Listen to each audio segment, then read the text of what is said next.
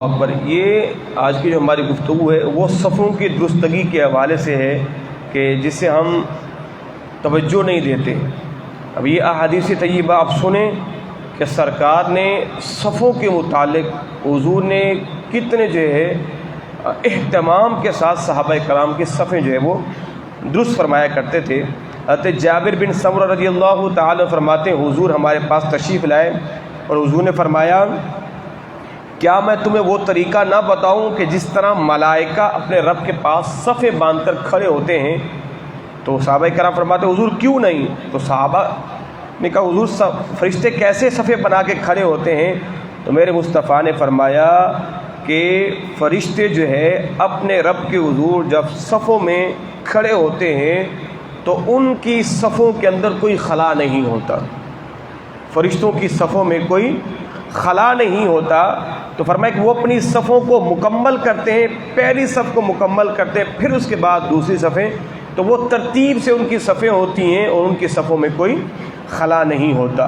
حضرت ابو ہریرہ رضی اللہ تعالی عنہ ارشاد فرماتے ہیں حضور نے فرمایا اگر لوگوں کو معلوم ہو جائے ما فی الندائی کہ اذان دینے میں اور پہلی صف میں کیا فضیلت ہے، تو حضور نے فرمایا کہ لوگ قرآن دازی کریں اذان دینے کے لیے بھی اور صف اول میں نماز پڑھنے کے لیے بھی۔ جناب ابن مسعود رضی اللہ تعالی عنہ سے مروی ہے کہ آقا کریم صلی اللہ علیہ وسلم حضور صحابہ کرام کے کندھوں پر ہاتھ رکھ کے ان کی صفیں درست فرمایا کرتے تھے، یعنی حضور صحابہ کرام کے کندھوں پہ ہاتھ رکھتے اور فرماتے کہ تم اپنا کندھا اس کے کندھے کے ساتھ ملاؤ، یعنی سرکار یوں ہاتھ رکھ کے تشریف لے جاتے تھے صفوں کے اندر کہ تمہارا کندھا پیچھے ہے، تمہارا کندھا آگے ہے، اپنے کندھوں کو برابر کرو۔ تو جناب ابن مسعود فرماتے ہیں حضور نے فرمایا اپنی صفوں کو درست کرو، اللہ تمہارے دلوں میں موافقت پیدا کرے گا، اور جس نے صفوں میں مخالفت پیدا کی اللہ تمہارے دلوں کے اندر بھی اختلاف پیدا فرما دے گا۔ اللہ اکبر۔ حضرت انس رضی اللہ تعالی عنہ سے مروی ہے حضور نے فرمایا اپنی صفوں کو درست کرو، اور فرمایا کہ یہ تمہاری صفوں کو درست کرنا یہ تمہاری نماز کے تکمیل کے زیادہ قریب ہے، تمہاری نماز کے۔ تو اپنے قدموں کو بھی برابر رکھیں اور اپنے کندھوں کو بھی برابر رکھیں۔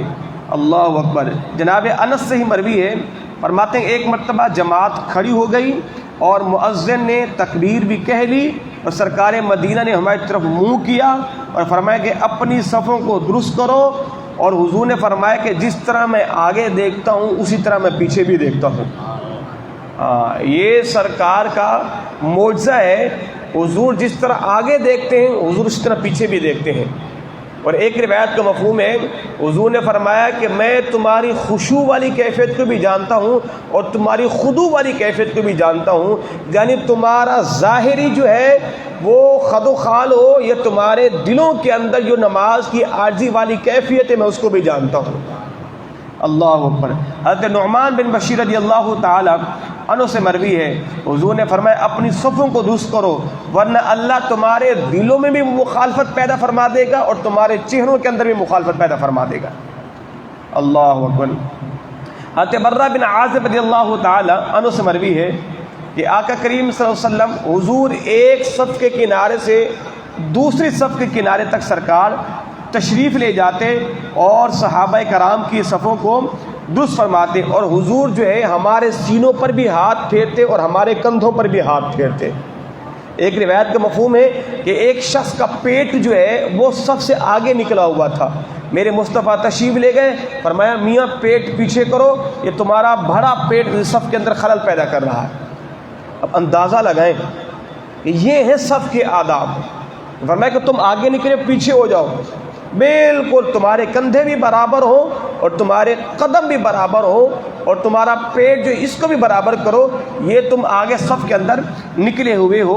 تو اللہ اکبر۔ فرماتے سرکار ہمارے کندھوں پر بھی ہاتھ پھیرتے اور ہمارے جو ہے وہ سینوں پر بھی ہاتھ پھیرتے، اور حضور فرماتے ان اللہ و ملائکتہ یصلون علی الصفوف الاول، اللہ اور اس کے فرشتے صف اول کے نمازیوں پر اپنی رحمتوں کا نزول فرماتا ہے۔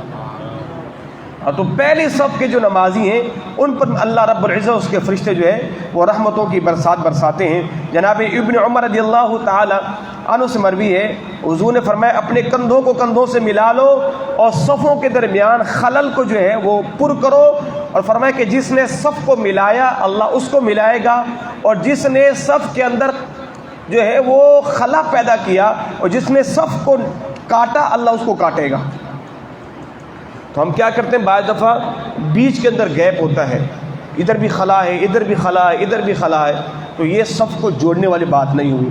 اس لیے عمومی طور پہ ہمارے رمضان شریف میں ابھی تو میرے خیال میں ایسا نہیں ہے، گزشتہ سال ایسا تھا کہ لوگ باہر کھڑے ہو جاتے تھے اور اندر کی ایک صف خالی ہوتی تھی اور لوگ اندر نہیں آتے تھے، تو یہ بھی صف کو توڑنا ہے، یہ بھی صف کو کاٹنا ہے۔ تو اپنے درمیان خلا بھی پیدا نہ ہو اور ایک صف چھوڑ کے پیچھے کھڑا ہونا بجماعت کے لیے یہ بھی جو ہے وہ شرعاً درست نہیں ہے۔ حضرت عائشہ صدیقہ رضی اللہ تعالی عنہا سے مروی ہے، آپ فرماتی ہیں حضور نے فرمایا بے شک اللہ اور اس کے فرشتے صف کی دائیں جانب والوں پر اللہ رحمتوں کا نزول فرماتا ہے، یعنی سب سے افضل صف پہلی ہے اور پہلی صف کا بھی دائیں حصہ یہ سب سے افضل ہے۔ اللہ اکبر۔ آقا کریم صلی اللہ تعالی علیہ وآلہ وسلم نے ارشاد فرمایا کہ جو بندہ صفوں کے اندر خلا پیدا کرتا ہے، حضور نے فرمایا میں دیکھتا ہوں اس خلا میں سے شیطان ایسے گھستا ہے جیسے بکری کا بچہ، جس طرح بکری کا بچہ ہوتا ہے نا تو بکریوں کے ریوڑ میں گھس جاتا ہے، بکریوں کے نیچے سے نکل کے آ جاتا ہے۔ فرمایا کہ جب تم اپنی صفوں میں خلل پیدا کرتے ہو نا، بیچ میں فاصلے پیدا کرتے ہو تو شیطان گھس کے آتا ہے اور نماز کے اندر تمہارے ذہن کو ادھر ادھر بھٹکاتا ہے، اور پھر جو ہے تمہیں جو ہے رکعات کے بارے میں جو ہے وہ اس بات کہ کتنی رکعتیں ہوئی کیا ہوئی، فرمایا کہ وہ جو شیطان ہے وہ صفوں کے اندر سے یوں گھس کے آ جاتا ہے۔ تو صاحبو یہ ہے صفوں کی ترتیب اور یہ ہے صفوں کی اہمیت۔ صحابہ کرام فرماتے ہیں حضور کبھی کبھار تیر لے کے آتے تھے اور تیر یوں رکھ کر حضور صف کو درست فرمایا کرتے تھے۔ اللہ اکبر، کہ جس طرح تیر کی سیدھ دیکھی جاتی ہے کہ یہ تیر ٹیڑھا ہے یہ تیر سیدھا ہے، پر میں حضور صف کے ایک کونے پر تیر رکھ کے صفوں کو دیکھا کرتے تھے کہ کون شخص آگے کون شخص پیچھے ہے، اور پھر سرکار وہاں تشریف لاتے اور صف کو درست فرماتے ہیں۔ تو صفوں کی درستگی میرے آقا تیر سے فرمایا کرتے، یہ تیر سیدھا ہے صف بھی سیدھی ہے کہ صف ٹیڑھی ہے۔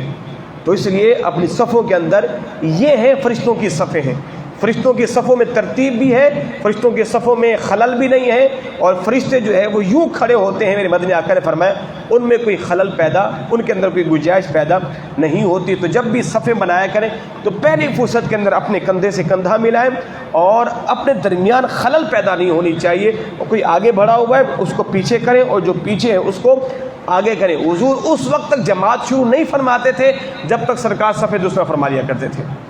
انہوں نے ساری صفیں درست فرما گئی، سب نے صفیں درست کر لی، اب میرے مصطفیٰ صلی اللہ علیہ وسلم حضور جو وہ نماز پڑھایا کرتے تھے۔